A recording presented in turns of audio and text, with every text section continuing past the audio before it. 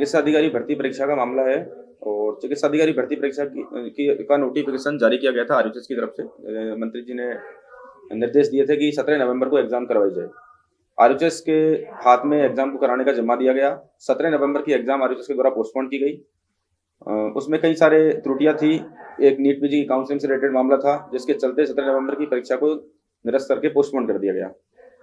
अभी एग्जाम की नई तिथि घोषित की गई है 4 अप्रैल और सीटें जो है इसके लिए सबसे पहले 1220 सीटों का नोटिफिकेशन आया था। उसके बाद में अभी कुछ सीटें उसमें ऐड की गई है, जिसमें 260 सीटों को बढ़ाया करके 1480 सीटों पे ये चिकित्सा अधिकारी भर्ती परीक्षा की जा रही है। जैसा कि अभी कुछ 1-2 दिन पहले ही अभी दिनांक घोषित की गई है परीक्षा तिथि, और इसको लेकर के वाइस चांसलर साहब ने या तो किसी न किसी प्रावधान के द्वारा ये बोला गया है कि जो परीक्षा है वो कुछ स्लॉट्स में करवाई जाएंगी। तो सबसे पहले तो जो चिकित्सक अभ्यर्थी है वो इससे नाराज है और मेंटल प्रेशर में है कि जब सेंट्रल एजेंसी जैसी जो नीट पीजी की परीक्षा थी जो स्लॉट में करवाई गई थी, उसमें भी कई सारी खामियां रही। बार बार में नीट की जो काउंसलिंग थी, नीट पीजी की जो काउंसलिंग थी, उस पर रोक लगाई गई, फिर वापस खोली गई, क्योंकि उसमें एक नॉर्मलाइजेशन प्रोसेस होता है जिसमें बच्चे नाखुश रहते हैं परीक्षा को लेकर के और उसके परिणाम को लेकर के। तो परीक्षार्थियों के अंदर जो चिकित्सक अभ्यर्थी है उनके अंदर इसका बहुत विरोध प्रदर्शन है और बहुत अंदर से दुखी है कि ये क्या राजस्थान सरकार के पास इतने से सेंटर्स भी नहीं है कि 13,500 के आसपास अभी फॉर्म आए हुए हैं और फॉर्म रिओपन अभी चल रहा है। 14 से 18 फरवरी तक आरयूएच ने फॉर्म को रिओपन किया है, जिसमें लगभग 5,000 से 5,500 बच्चे 19 बैच के शामिल होने की आशंका है। तो कुल मिलाकर के चिकित्सक जो है वो 19,000 चिकित्सक अभ्यर्थी 1480 पदों के लिए एग्जाम में शामिल होंगे।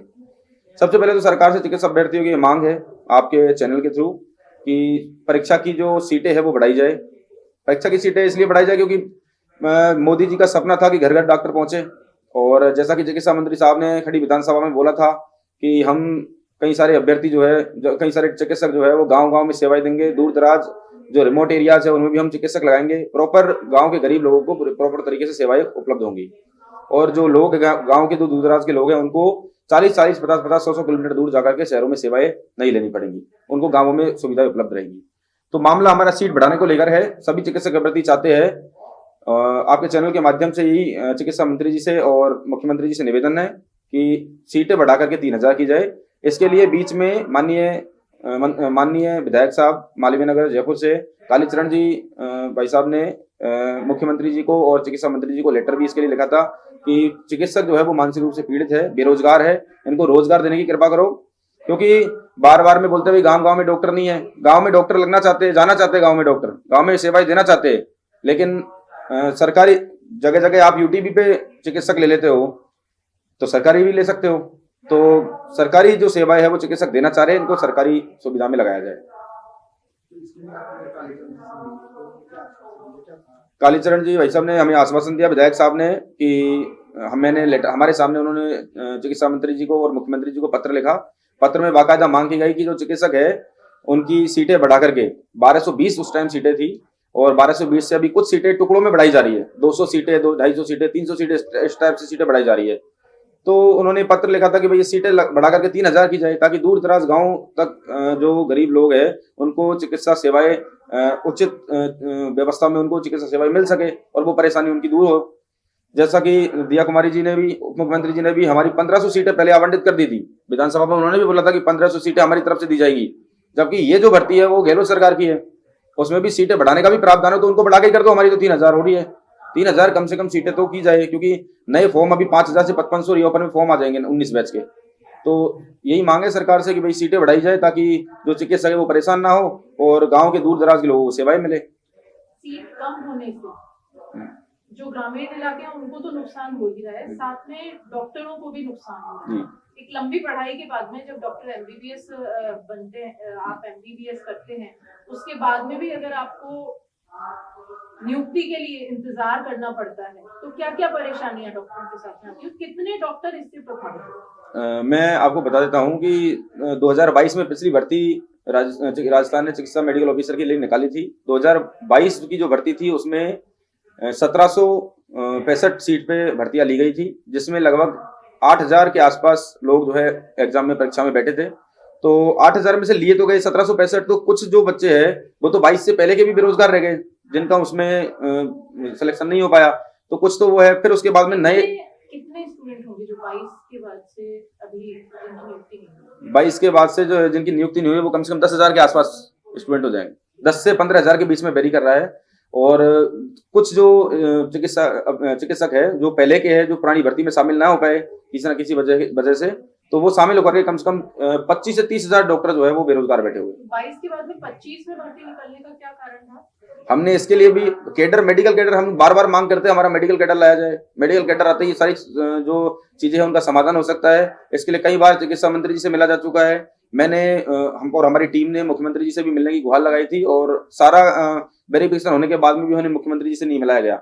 उन्हें पता था कि हमारा जो मामला है वो मेडिकल कैडर का है। अभी आप देख रहे हो कि हमारे चिकित्सा से संबंधित अभी कुछ दिन पहले मामला हुआ है, एक उपखंड अधिकारी द्वारा हमारा जो चिकित्सक है उसको दुर्व्यवहार किया गया उसके साथ सेड़वा तहसील में बाड़मेर के अंदर।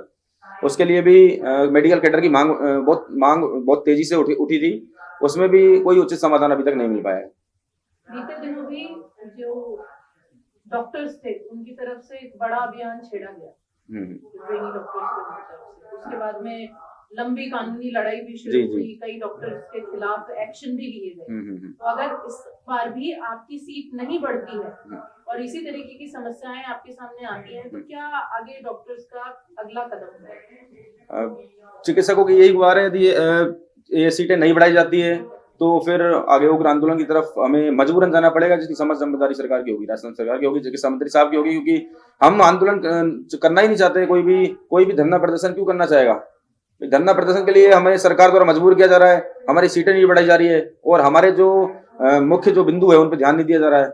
बार बार में बस गुमराह किया जाता है। चिकित्सा मंत्री जी के पास जाते तो वो उधर आरओएचएस भेज देते हैं, आरओएचएस से फिर दूसरी जगह ट्रांसफर कर देते हैं, फाइलों का वादा खिलाफी करते हैं, फाइलों का इधर उधर चलना बता देते हैं।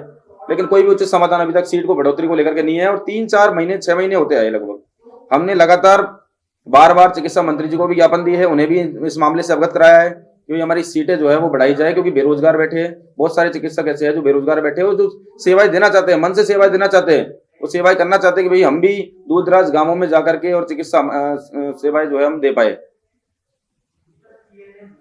अगर आप लोगों के लिए कोई जल्द ही सरकार की तरफ से ऐसा नियम नहीं बनाया जाता तो आगे आप लोगों की रणनीति किस तरीके से इस सीट बढ़ाने के लिए? फिर हमें मजबूरन जयपुर के अंदर या तो हम स्वास्थ्य भवन का घेराव करेंगे, दूसरा हम वाइस चांसलर साहब से आरओएचएस के घेराव करेंगे, और जो सारे चिकित्सक है जो अभी बेरोजगार बैठे हुए उनके साथ में जो इन सर्विस डॉक्टर्स है जो अभी ड्यूटी कर रहे हैं वो भी उनके साथ में आ सकते हैं, और वो जरूर आएंगे। सारे चिकित्सक एक साथ है और सारे चिकित्सक के बड़े आंदोलन की तरफ मुंह करेंगे। एक और मामला सामने आ रहा है जहां आरयूएचएस के कई सारे डॉक्टर्स को डिग्री ना मिलने की बात कही जा रही है। जो 2019 का बैच है उसके डॉक्टर्स को अभी तक डिग्री नहीं मिली, ये क्या मामला है? ये सबसे पहले क्या होता है कि जैसे जब एमबीबीएस एक विद्यार्थी होता है वो फाइनल ईयर पास कर लेता है, उसके बाद उसके पास एक प्रोविजनल सर्टिफिकेट होता है, प्रोविजनल रजिस्ट्रेशन आता है, तो और उसके बाद फिर वो 1 साल की इंटर्नशिप करता है। इंटर्नशिप के बाद में उसके बाद परमानेंट रजिस्ट्रेशन आरएमसी से दिया जाता है। अभी कुछ ऐसे स्टूडेंट्स हैं जिनको पीआर जो है सर्टिफिकेट जो है वो दिया नहीं गया है, और फिर स्टूडेंट्स जो आरएचएस में जाते हैं तो उनको बोला जाता है भाई कॉलेज में भेज दिया, कॉलेज वाले वो उस बात में भी पूरी तरह से गुमराह किया जा रहा है। अभी तक फाइनल स्थिति जो है इसकी पता नहीं लग पाई है। कोशिश है कि जल्दी से जल्दी इसका पता लगे।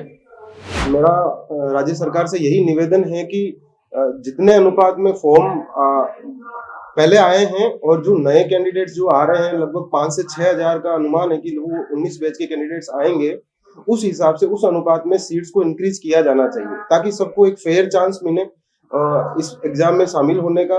और सबको पीछे वाले जो बच्चे थे, जो पीछे वाले कैंडिडेट्स थे, उन्होंने अपने फॉर्म फिल कर दिए गए हैं। उस टाइम सीट्स थी, वो उस रेशियो में सीट थी, उसमें भी हमारी मांग थी कि सीटें बढ़ा के 3000 करी जाए। हमारी मांग आज भी वही है कि 3000 करी जाए, बट कैंडिडेट अब बढ़ गए हैं तो सरकार को इस बारे में जरूर सोचना चाहिए कि एटलीस्ट 18 से 19 हजार कैंडिडेट्स होंगे, और सीट्स मात्र 1500 भी पूरी सीट्स नहीं है, सीट्स 1480 सीट्स हैं। ऐसे देखें तो एक सीट पे 20 कैंडिडेट्स होंगे जो compete कर रहे हैं, जो कहीं ना कहीं ये भी एक दर्शाता है कि राजस्थान जैसे बड़े स्टेट में डॉक्टर्स की इतनी ज्यादा मात्रा, इतनी भारी संख्या होने के बावजूद भी सरकार उनको कहीं ना कहीं एक सिस्टम में इनकलकेट नहीं कर पा रही है। इसके बारे में सरकार को जरूर सोचना चाहिए, क्योंकि ये केवल और केवल हम डॉक्टर से रिलेटेड इशू नहीं है, ये जनता से रिलेटेड इशू है। इस पे अगर हम गवर्नमेंट सेक्टर में जाते हैं, अगर हम ग्रामीण क्षेत्र में जाते हैं, तो कहीं ना कहीं जनता को फायदा होगा इससे, और इससे गवर्नमेंट की छवि सुधरेगी, इससे उनकी छवि कभी खराब नहीं होगी। इसलिए हमारी मांग है कि सीटों को बढ़ा के 3000, कम से कम 3000 किया जाए, जिससे क्या है कि सबको एक फेयर चांस मिल सके इस एग्जाम में। धन्यवाद। कॉलेजों को जो प्रोविजनल सर्टिफिकेट जो होता है वो भेजा नहीं है, और स्टूडेंट्स के द्वारा ये बोला जा रहा है कि 4 दिन का सिर्फ समय दिया गया है फॉर्म रीओपन हुए उसके लिए। तो अगर जल्द से जल्द अगर ये प्रक्रिया है वो पूरी नहीं होती है तो हम फॉर्म भरने से वंचित रह जाएंगे और फिर अगली भर्ती के लिए उनको इंतजार करना पड़ेगा। ऐसे में कितने स्टूडेंट्स इससे परेशान होंगे? अभी जो 19 बैच है उसमें लगभग 4 से 5 हजार स्टूडेंट्स हैं, वो अभी फॉर्म रीओपन होंगे तो फॉर्म फिल करेंगे।